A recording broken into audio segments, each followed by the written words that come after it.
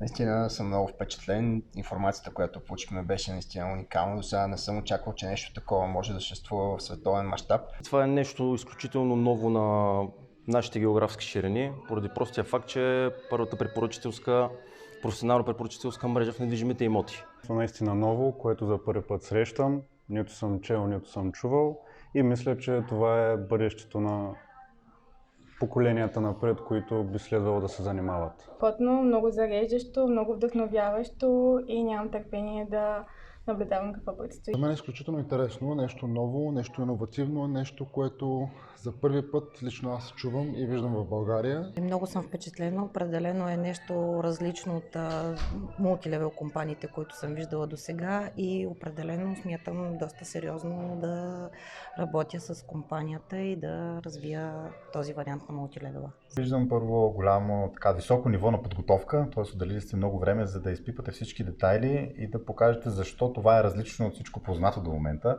понеже наистина е ново и само мога да адмирирам целият професионализъм, който стои отзад, а тепърва започва цялото нещо. Това, че има цялостна подреденост и има яснота какво се случва, прозрачност и структурата е много добре подредена. Опростения начин на работа, който предлага Inclusive Club.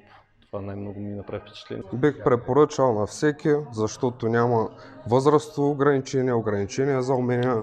Всичко е синхронизирано, да бъде лесно и има изградена система. Лично на мен, като млад човек на 20 години, ми направи най-добро впечатление това, че самата компания е много добре структурирана. Много добре изградена система и доста добро бъдеще и развитие във фирмата може да има един млад човек. Хората бяха хора, които търсят възможност. По принцип, възможност за развитие и аз смятам, че тук са попаднали на правилното място с точните хора и лидери. Един поглед върху това, което вземаме в ръцете си като инструмент за развитие и за надграждане на личността ни. Бих споделил, че компанията е много иновативна, стартъп, което дава възможност за развитие без граници, което е много важно. За всички, които бяха тук и които тепърва ще идват, е да рискуват. Аз винаги съм казвал, човек да опита.